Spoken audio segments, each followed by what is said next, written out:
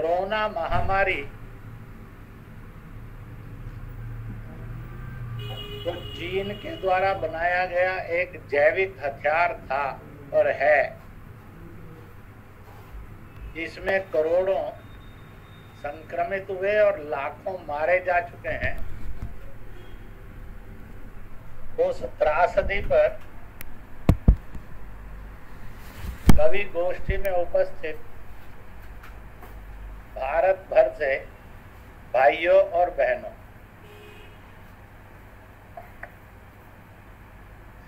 मार्च 2020 में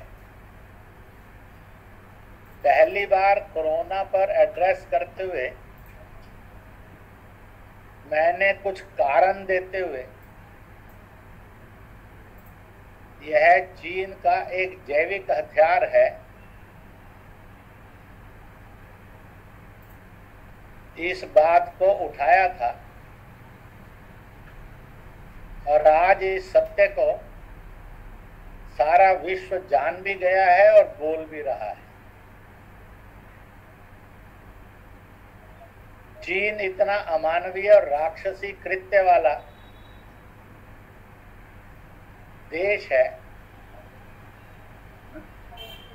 तिब्बत पर कब्जा करते हुए 12 लाख के लगभग तिब्बतियों का उसने कत्लेआम किया।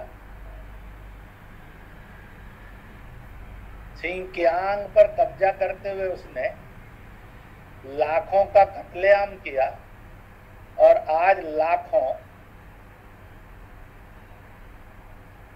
और बंदी भी बनाए हुए हैं। इसी प्रकार से चीन में डेमोक्रेसी आए और तानाशाही जाए, जो तानाशाही कम्युनिज्म के रूप में है। इसका जो एक बुद्धिजीवी युवा आंदोलन प्रारंभ हुआ तिनामिन चौक के अंदर, टैंकों से चीन के लाखों लाख लोगों को कुचलकर उसने लाशों का अंबार लगाया, खून का दरिया बहाया। विश्व का सबसे बड़ा जो समुद्री व्यापार का केंद्र है मलय सागर, उसको दक्षिणी चीनी सागर का नाम देकर वह विश्व के सबसे बड़े समुद्र व्यापार मार्ग पर कब्जा करने के लिए छटपटा रहा है। हिमालय पर कब्जा करते हुए भारत को चारों ओर से घेरने के लिए वो अपनी रणनीति कर रहा है, जबकि चीन का 70% समाज गरीबी का जीवन जीता है। कोई भी दुनिया भर का व्यक्ति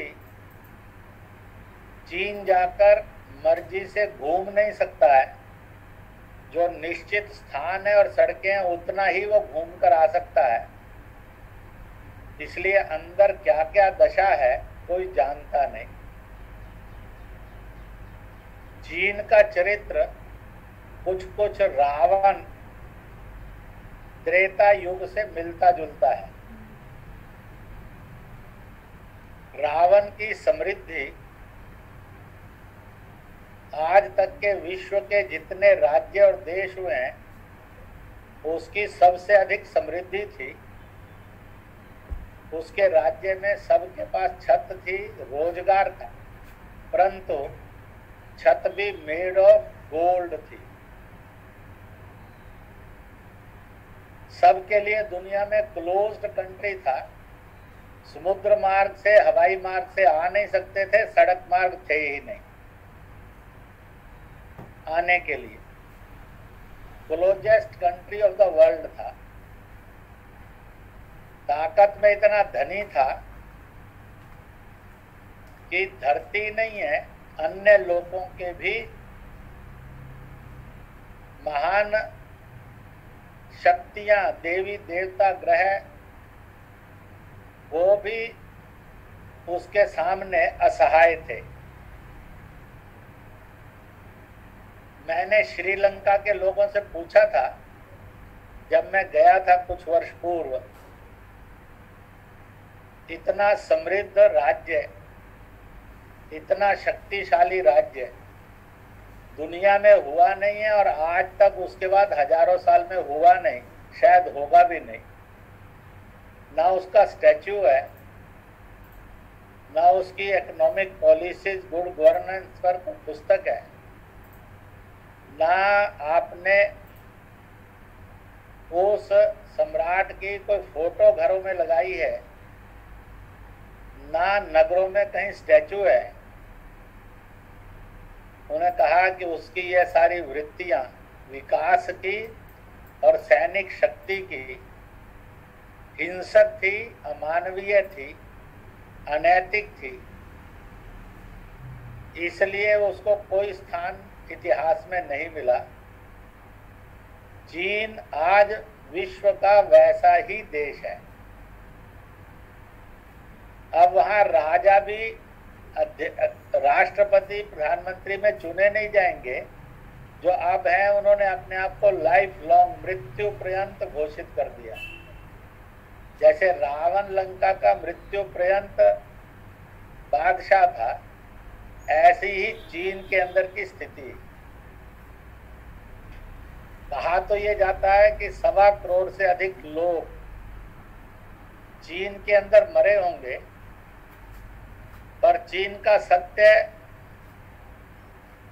संभावनाओं में है, प्रत्यक्ष किसी के पास प्रमाण नहीं थे। पर अब तो प्रमाण इतने अधिक आते चले जा रहे हैं, और विश्व की वह एक राक्षसी, अमानवीय, आर्थिक, सैनिक और नैतिकता विहीन शक्ति बना हुआ, अनैतिक शक्ति बना हुआ है। कभी इस विषय में अपने विचार रखेंगे। दूसरा, इस विषय के अंदर सन 2020 का जो कोविड जैविक हथियार का चीनी हमला था,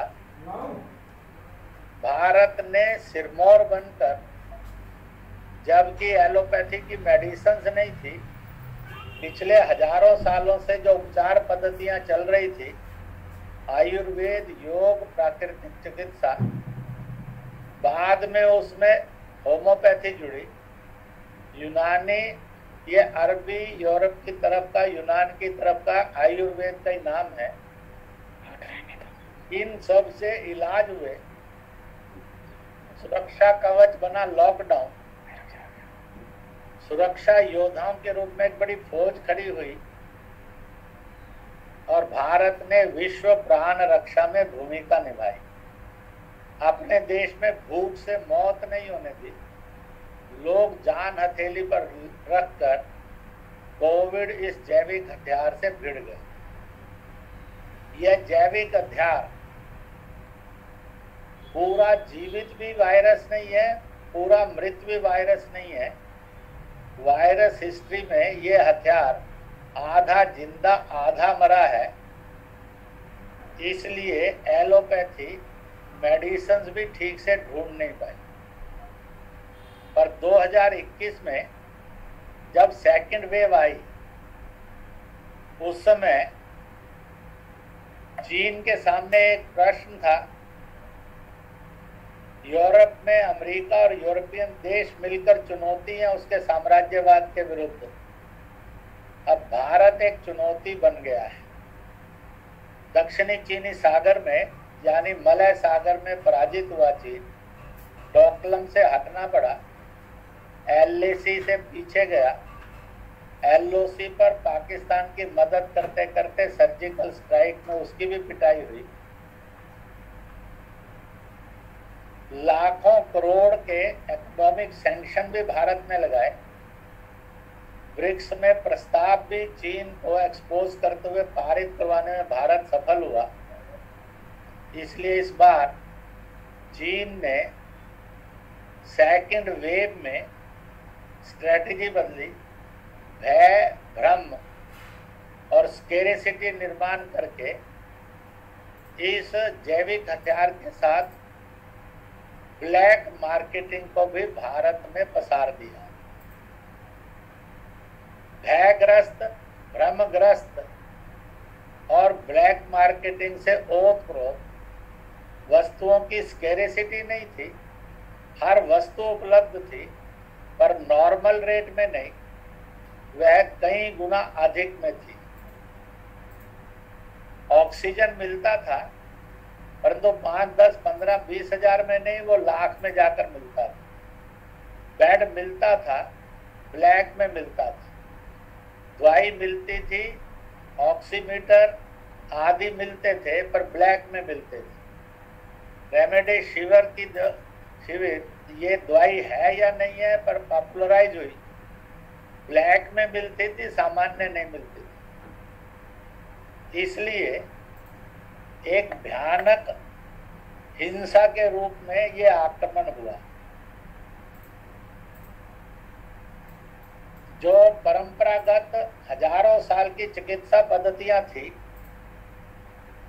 अभी भी भारत में और विश्व में उसके उपचार में मौत नहीं है।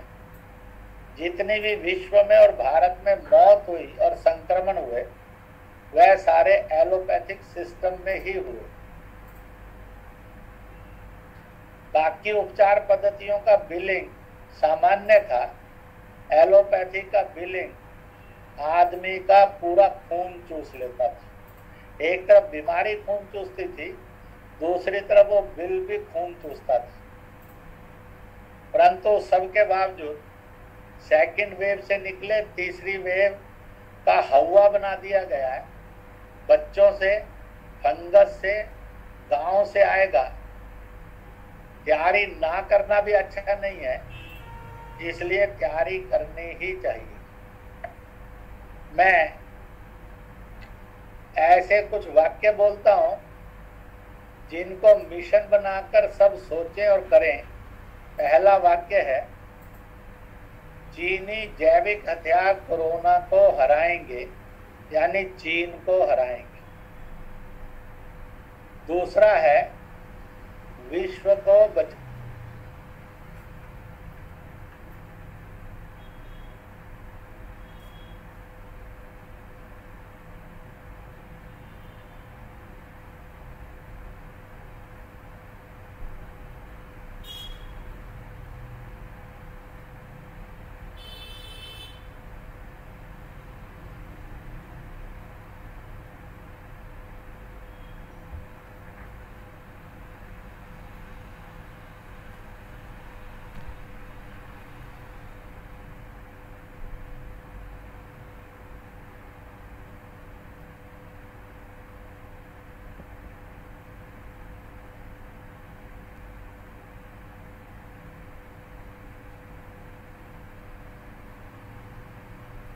सावधानियां रखनी चाहिए।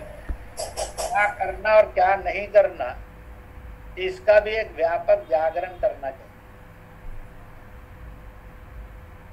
इसी के साथ साथ काला बाजारी करेंगे नहीं, काला बाजारी करने नहीं देंगे, काला बाजारी करने वाले को सम्मान नहीं मिलेगा, इसका भी एक व्यापक जागरण करना चाहिए। और ऐसे कदम उठाते हुए सभी लोग आह्वान करें, समाज के अंदर जो प्रभावी लोग हैं वो संकल्प करें। एक बुजुर्ग जो असहाय हो गया बीमारियों के सारे संघर्ष में, 2 बालक जो अनाथ हो गए हैं, हम उनको सहारा देंगे और शिक्षित करके अपने पैर पर खड़ा करने तक उनका पालन पोषण करेंगे में मदद करें। संस्थाएं आगे बढ़ें, एडॉप्ट करें, समाज उनको सहयोग करे, ताकि इस महामारी और अन्य बीमारियों में कोई अनाथ ना रहे, कोई असहाय नहीं रहे।